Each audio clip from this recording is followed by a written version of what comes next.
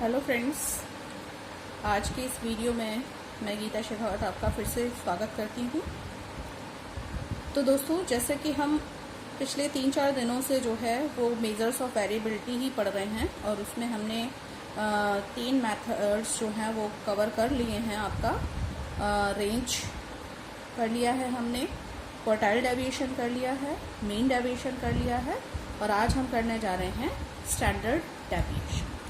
Standard deviation ये बहुत ही important method है और जिसको हम कहते हैं कि जो सबसे ज़्यादा मोस्ट रिलायबल जो वेरिएशन होता है वो स्टैंडर्ड डेविएशन मेथड से ही निकलता है।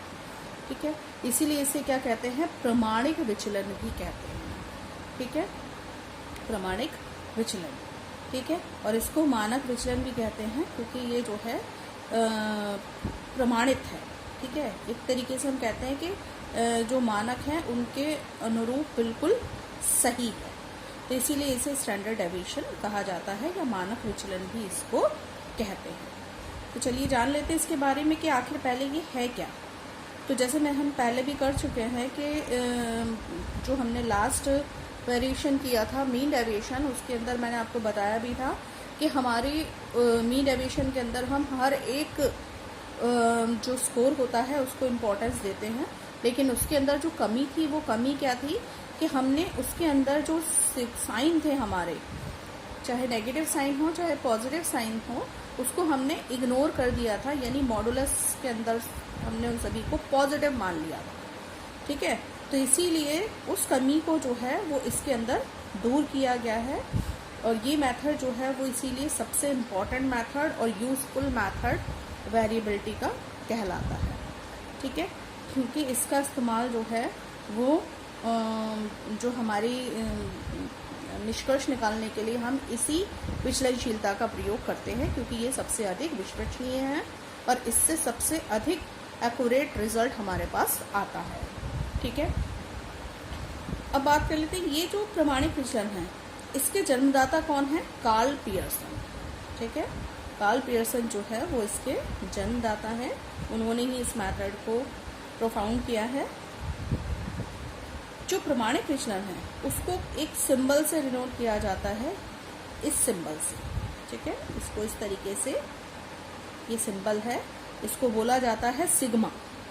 ठीक है, अगर आपको कहीं पर सिग्मा इज इक्वल टू 2.13 दिया है, इट मीन्स वो किस चीज़ की वैल्यू है, आपकी स्टैंडर्ड डेविएशन। ठीक है, S T is mostly common. इसके कई नाम हैं, जैसे हम इसको सिग्मा जो है डेविएशन बोल देते हैं, ये सिग्मा बोल देते हैं, या फिर स्टैंडर्ड जो है ज़्यादातर जो हम करते हैं या मानक विचलन कह देते हैं, प्रमाणिक विचलन कह देते हैं, लेकिन सबसे ज़्यादा जो कॉमनली यूज़ किया जाता है वो क्या किया जाता है, स्टैंडर्ड डेविएशन या एस टी, शॉर्ट में हम इसको एस टी भी बोलते हैं।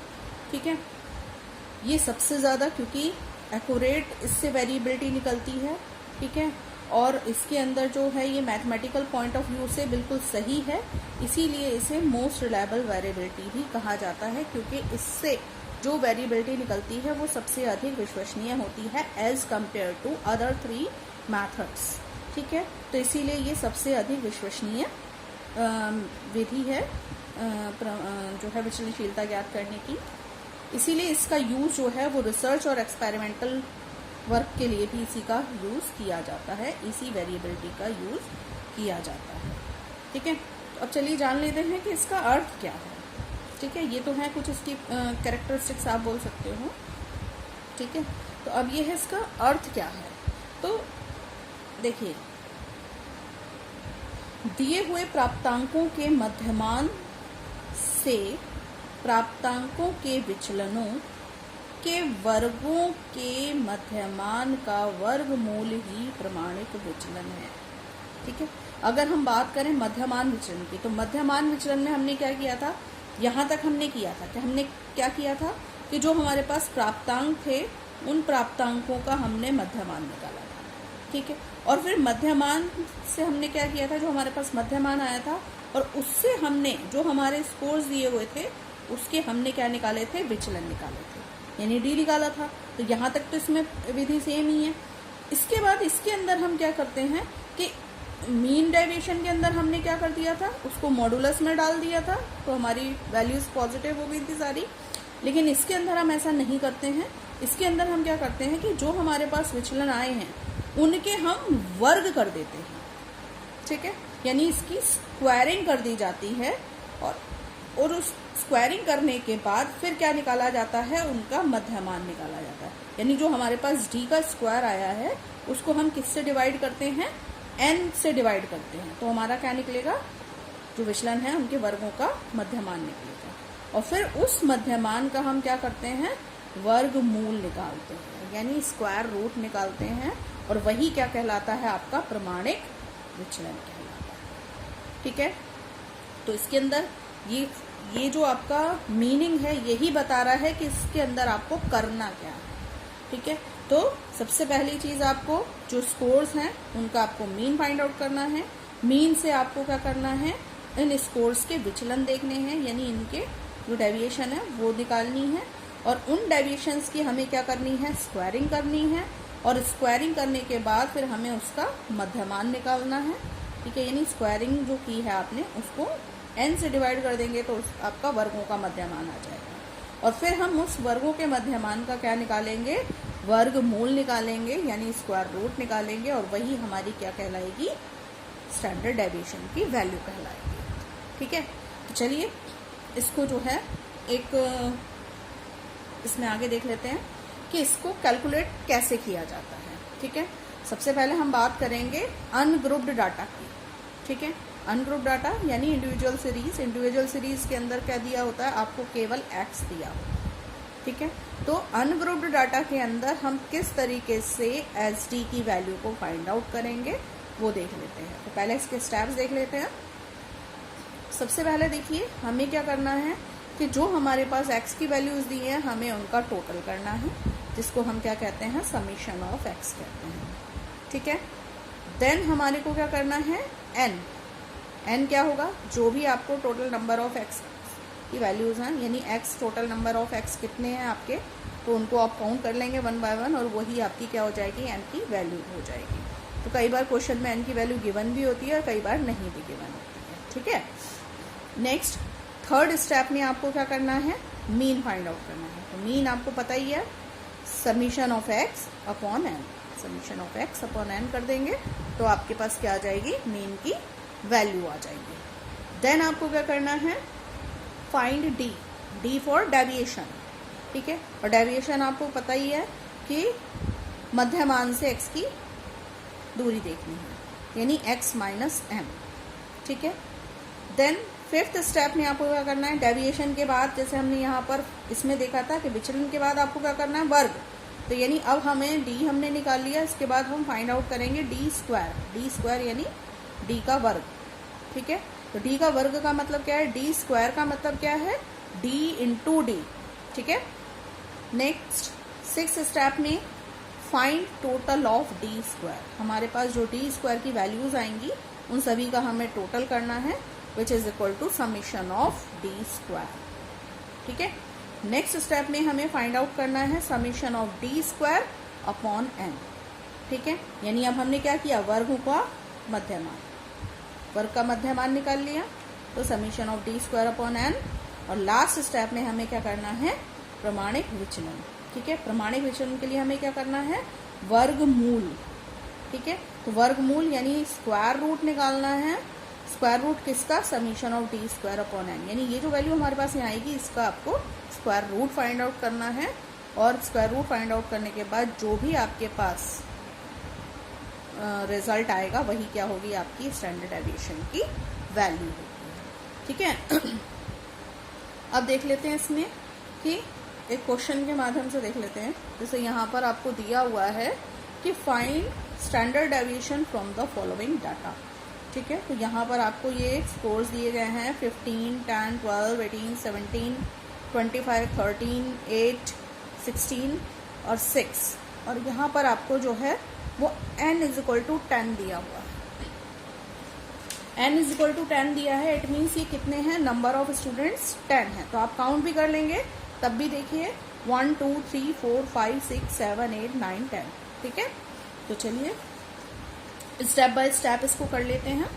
पहले स्टेप में हमें क्या निकालना है, टोटल ऑफ एक्स, ठीक है, यानी समीशन ऑफ एक्स निकालेंगे।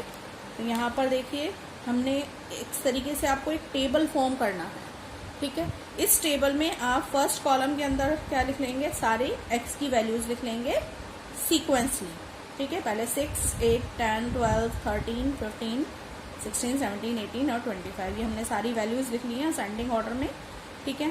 अब हमें पहले स्टेप में क्या करना है, टोटल एक्स निकालना है। तो हम यहाँ पर एक्स का टोटल कर लेंगे, उसको टोटल करेंगे तो ये हमारे पास आ जाता है 140। तो फर्स्ट स्टेप में हमारे पास समीशन ऑफ एक्स की वैल्यू आ गई कितनी, 140, ठीक है। देन सेकेंड स्टेप हमारा क्या था, एन, फाइंड एन, और एन हमने काउंट किया था तो हमारे पास नंबर ऑफ स्टूडेंट्स कितने हैं, 10 है। तो यहाँ पर भी देख लीजिए 1 2 3 4 5 6 7 8 9 10, ठीक है। तो 10 आप लिख देंगे यहाँ पर। देन थर्ड स्टेप में हमें क्या करना है, मीन फाइंड आउट करना है। तो मीन क्या है आपका, summation of x upon N, summation of x upon N. तो 140 हमारा समीशन ऑफ एक्स हो गया और उसको 10 से डिवाइड कर देंगे। तो 140 divided by 10 is equal to 14। तो ये हमारे पास किस चीज़ की वैल्यू आ गई, मीन की वैल्यू आ गई, ठीक है। तो ये हमारे पास क्या आ जाता है, मीन आ गया है, मीन, ठीक है। तो मीन हमारे पास आ गया m इज इक्वल टू 14, ठीक है। अब फोर्थ स्टेप में हमें क्या करना था, d is equal to x minus m, ठीक है। तो d is equal to x minus m करना है। तो यहाँ पर एक कॉलम बनाएंगे, d is equal to x minus m, ठीक है। अब x की वैल्यूज तो ये रही आपको जो दी हुई है यहाँ पर, और m हमारे पास हमने फाइंड आउट किया है, वो हमारे पास कितना आ गया, 14। m यहाँ पर देखेंगे 14 आ गया है, और x माइनस 14 यहाँ पर लिख लीजिए। अब आप पहला x की वैल्यू 6 है, तो 6 माइनस 14, 6 में से 14 माइनस करेंगे तो कितना हो जाएगा, -8, ठीक है। क्योंकि 14 जो है वो माइनस का नंबर है, तो इसमें से 14 में से 6 को माइनस कर देंगे तो कितना आ जाएगा, हमारे पास 8 आएगा। लेकिन 8 किसका होगा, माइनस का। इसी तरीके से 8 माइनस 14 आपका -6, 10 माइनस 14 आपका -4, 12 माइनस 14 -2, 13 माइनस 14 -1। अब यहाँ पर 15 माइनस 14, तो 15 प्लस का है और 14 माइनस का, तो 15 में से 14 गए 1, तो ये पॉजिटिव 1। बाकी जो वैल्यूज आई हैं वो सारी आपकी नेगेटिव आई हैं। क्यों, क्योंकि इसके अंदर हमने 14 में से माइनस किया है, क्योंकि ये वाली जो वैल्यूज एक्स की थी ये सारी 14 से कम थी, तो इसीलिए ये सारी वैल्यूज आपकी नेगेटिव आएंगी, ठीक है। यहाँ पर हमने 15 में से 14 1 आ गया, 16 में से 14 2, 17 में से 14 3, और 18 में से 14 आपका 4 हो गया, और 25 में से 14 गया आपका 11। तो ये जो हमारे पास वैल्यूज आई हैं -8, -6, -4, -2, -1, ये सारी किसकी वैल्यूज हैं, आपके d की वैल्यू, ठीक है। तो अब हमें क्या करना है, d स्क्वायर फाइंड आउट करना है। अगर हम देखेंगे अगला स्टेप हमारा क्या है, फिफ्थ स्टेप, यहाँ पर फाइंड d स्क्वायर। और d स्क्वायर क्या है आपका, d इंटू डी, यानी d को मल्टीप्लाई करना है d से। तो d की वैल्यू हमारे पास कितनी है, -8, तो -8 को हमें 8 से ही मल्टीप्लाई करना है। तो -8 इंटू 8, यानी यहाँ पर अगर आप देखेंगे तो -8 इंटू -8, तो 8 8 जा 64 हो गया, और माइनस माइनस प्लस। तो ये इसके अंदर क्या होगा कि स्क्वायरिंग करने से चाहे आपकी नेगेटिव वैल्यूज हैं वो सब पॉजिटिव हो जाएंगी। तो बस आपको ये ध्यान रखना है कि 8 अगर यहाँ पर दिया है तो 8 को 8 से ही मल्टीप्लाई करना है। तो 8 8 जा 64, ठीक है। अब यहाँ पर अगर आप देखेंगे तो यहाँ पर क्या दिया हुआ है, 6, तो 6 को 6 से मल्टीप्लाई कीजिए, तो 6 6 जा 36, 4 को 4 से करेंगे तो 4 4 जा 16, 2 को 2 से करेंगे 2 2 जा 4, 1 को 1 से करेंगे 1 1 जा 1, फिर 1 को करेंगे 1 से तो 1 1 जा 1, 2 को करेंगे 2 से तो 2 2 जा 4, 3 को करेंगे 3 से तो 3 3 जा 9, ठीक है। 4 को फिर 4 से करेंगे तो 4 4 जा 16, यहाँ 11 है तो 11 को फिर जो है 11 से करेंगे तो 121। तो ये हमारे पास किस चीज़ की वैल्यूज आ गई है, डी स्क्वायर की, ठीक है। अब हमें नेक्स्ट स्टेप में जो हमारा 6th स्टेप है उसके अंदर हमें क्या करना है, समीशन ऑफ डी स्क्वायर। तो समीशन ऑफ डी स्क्वायर अगर हम करेंगे तो डी स्क्वायर कितना है हमारा आ गया, हमने टोटल कर लिया इसको, तो ये हमारा आ जाता है 275, 2। ठीक है, सेवंथ स्टेप। अब सेवंथ स्टेप हमारा क्या है, find summation of D square upon N. तो हमारे पास समीशन ऑफ डी स्क्वायर 272 आ गया है, अपॉन एन निकालना है हमें। तो 272 को डिवाइड करेंगे किससे, 10 से। तो 10 से डिवाइड करने पर हमारे पास क्या आ जाता है वैल्यू, 27.2। ठीक है, नीचे 0 है तो पीछे से 1 के बाद डेसिमल लगा दीजिए, तो 27.2। ठीक है, और लास्ट स्टेप हमारा क्या है कि हमें क्या निकालना है, स्टैंडर्ड डेविएशन। और स्टैंडर्ड डेविएशन क्या होता है, square root of summation of D square upon N. Summation of D square upon N. तो summation of D square upon N की वैल्यू हमारे पास 27.2 आ गई, यानी हमें स्क्वायर रूट निकालना है किसका, 27.2 का। ठीक है, तो 27.2 का स्क्वायर रूट। तो स्क्वायर रूट के लिए आप ये जान लें कि ऑलमोस्ट बच्चों को आता है, और अगर आपको कैलकुलेटर अलाउ होता है तो आप कैलकुलेटर से आराम से निकाल सकते हैं, लेकिन फिर भी मैं आपको बता देती हूँ कि किस तरीके से आपको स्क्वायर रूट फाइंड आउट करना है, क्योंकि कई सेंटर्स पे जो है वो कैलकुलेटर अलाउ नहीं करते हैं, तो फिर आप यहीं पर अटक जाएंगे। ठीक है, तो चलिए जान लेते हैं कि किस तरीके से हमें जो है यहाँ पर स्क्वायर रूट फाइंड आउट करना है। ठीक है, तो सबसे पहले हमें क्या करना है, यहाँ पर इस तरीके से बनाइए और 27.2 इसके अंदर रख दीजिए। ठीक है, अब जो डेसिमल के बाद, डेसिमल से पहले वाली जो डिजिट होती हैं उनको आप ऐसे करके 2 का पेयर बनता है, और ऐसे ही डेसिमल के बाद से भी यहाँ से 2 का पेयर की हम शुरुआत करते हैं। ठीक है, तो डेसिमल से पहले तो हमें पीछे से लेके चलने पड़ते हैं पेयर, और डेसिमल के बाद हमें जो है वो यहीं से शुरू करने होते हैं। तो यहाँ पर डेसिमल से पहले हमारे पास 2 नंबर है, तो 2 नंबर का पेयर बन गया हमारे पास, लेकिन डेसिमल के बाद हमारे पास एक ही नंबर है, तो हम यहाँ पर एक 0 और लगा लेंगे, तो हमारे पास एक पेयर ये हो गया। ठीक है, तो अब हमें इसके अंदर स्क्वायर रूट के अंदर आपको ये ध्यान रखना है कि आपको जो है ऐसा नंबर लेना है कि आपको उसी नंबर से ही आपको मल्टीप्लाई करना है, और आपके पास या तो उनका जो प्रोडक्ट है वो इससे कम आए या इसके बराबर आए। तो अब आप 27 को देखेंगे तो कौन सा ऐसा नंबर है जिसको उसी से मल्टीप्लाई करने पर हमारे पास या तो 27 आए या इससे कम आए। तो अगर हम देखें तो कौन सा नंबर हो गया, 5। तो 5 को अगर हम 5 से मल्टीप्लाई करते हैं तो कितना आ जाता है, 25। ठीक है, तो 27 में से 25 चले गए, 2 बचा हमारे पास। अब हमारे पास यहाँ पर क्या है, डेसिमल है, तो ये डेसिमल हम यहाँ पर लिखेंगे। अब हमें क्या करना है, एक डिजिट नहीं उतारनी है, पूरा पेयर उतरेगा। तो यानी यहाँ पर आपका आ गया 20, यानी ये पूरा जो पेयर है ये एज इट इज यहाँ पर उतर के आ जाएगा। ठीक है, तो 220 हो गया। और यहाँ पर अब हमें क्या करना है कि जो हमारे पास ये नंबर आया है इस नंबर का दोगुना कर देना है। तो 5 का डबल कितना हो गया, 10। ठीक है, 10 के बाद अब आपको यहाँ पर एक नंबर लेना है। ठीक है, तो यानी जैसे 10 है यहाँ पर, तो अब हमें यहाँ पर देखना है कि हम कौन सा नंबर लें। तो अगर हम यहाँ 1 लेते हैं तो हमें यहाँ भी इसको 1 से ही मल्टीप्लाई करना पड़ेगा, तो हमारे पास कितना आ जाएगा, 101 आ जाएगा।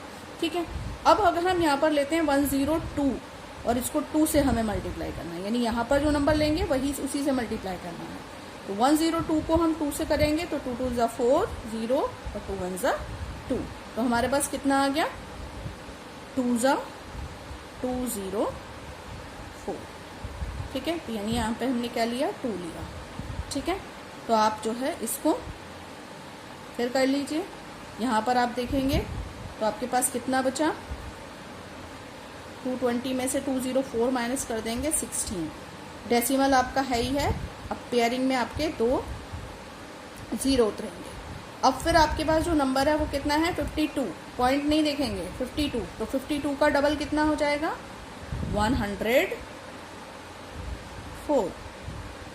ठीक है, अब आपको यहाँ एक नंबर लेना है, तो 104 है तो आपको ऑब्वियसली यहाँ पर क्या लेना पड़ेगा, एक ही लेना पड़ेगा, क्योंकि अगर आप 2 लेंगे तो 2 जो है वो आपका कितना हो जाएगा, 2008 हो जाएगा। ठीक है, तो 2 अगर आप लेंगे तो 2084। ठीक है, 2084 हो जाएगा। तो हमें क्या कर लेना है, 1 से ही लेंगे, तो 1 1 1041।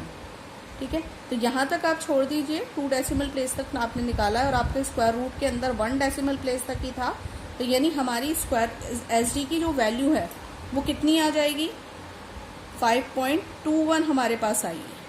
ठीक है, तो यानी हमारे पास जो स्टैंडर्ड डेविएशन की वैल्यू आ गई वो हो गई हमारी 5.2। आप सिंगल में लिख दीजिए इसको, ये हमारा क्या हो गया, आंसर हो गया।